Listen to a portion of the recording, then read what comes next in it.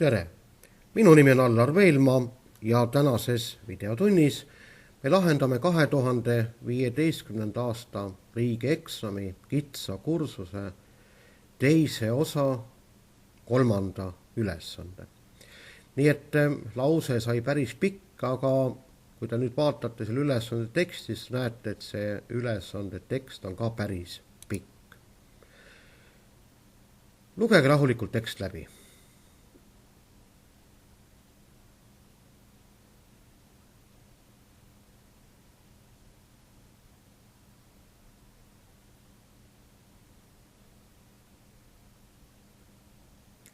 Niiviisi, näete, meil on üks periood, mis kestab 2 aastat ja meil on midagi ka teada.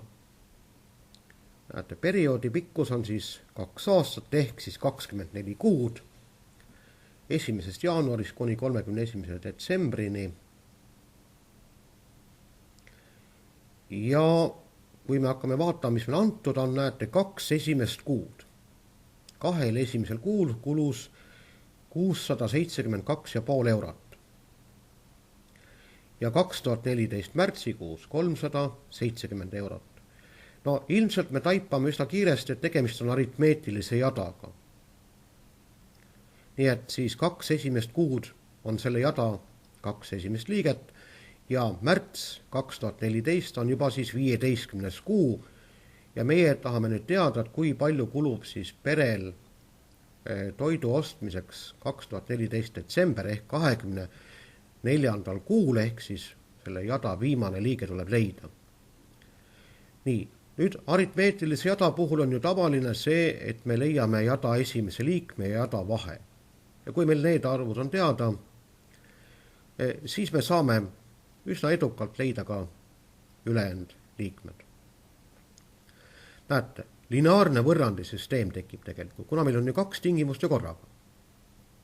A1 ja A2, aga A2 on siis, näete, A1 plus D ja 15. liige on esimene liige pluss 14 vahet.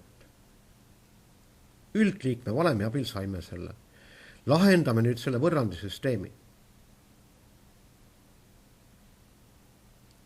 Me lahendame selle lineaarse võrrandisüsteemi liitmisvõttega. Ülemise võrrandi, näete, siin koondasime sarnased liikmed. Alumises võrrandis mõlemad pooled korrutame 2. Mitte -2, vaid lihtsalt 2. Ja kui me selle oleme ära teinud, siis me lahutame alumisest võrrandist ülemise ehk siis alumise vasakus poolt ülemise vasaku poole ja paremate pooltega samamoodi. A1 koonduvad, jääb 27 D-d, on 67,5, millest järeldub, et D on 2,5. See tähendab seda, et iga kuu kulutused suurenesid 2,5 euro võrra siis. Nii et D on käes. Nüüd loomulikult saame kätte A1 ehk siis 2013 jaanuar, see on siis 335 eurot.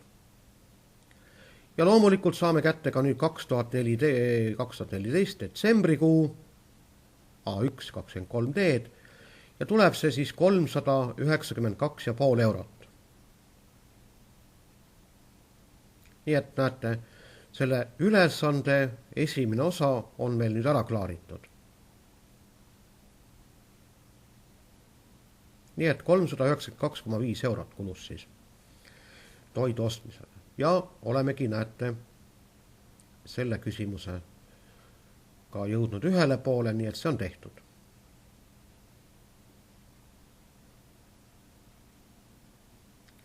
Teine küsimus.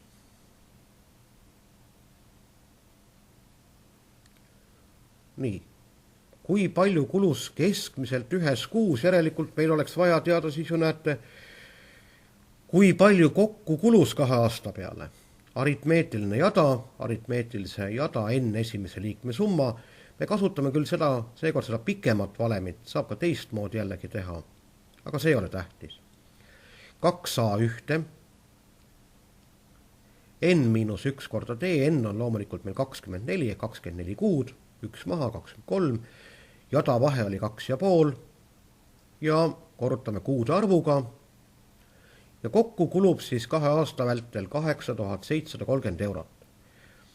Selle summa me jagame 24-ga ja saamegi teada, et keskmiselt kulus kuus 363,75 eurot.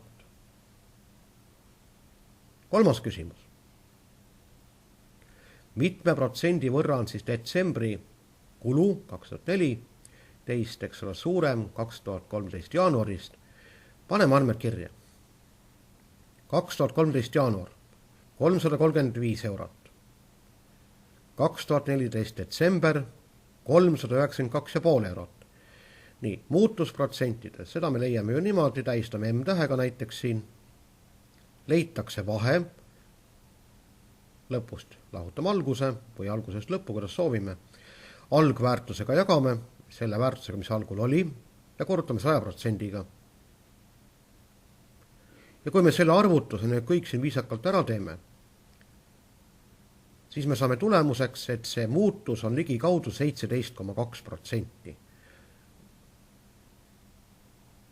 Ja sellega on meie ülesande kolmas alapunkt samuti lahendatud, nii et näete, vaatame nii korra veel üle. Esimese tegime ära, nii teise tegime ära ja kolmanda me tegime ka just äsja ära. Nii et me oleme kõik ära teinud, alati muide peab üle vaatama selle, et kas me oleme kõik asjad ära teinud, mida me käest küsiti, et midagi kogemata kahe silma vahele ei jää. Nii et kõik on tehtud ja nägemiseni.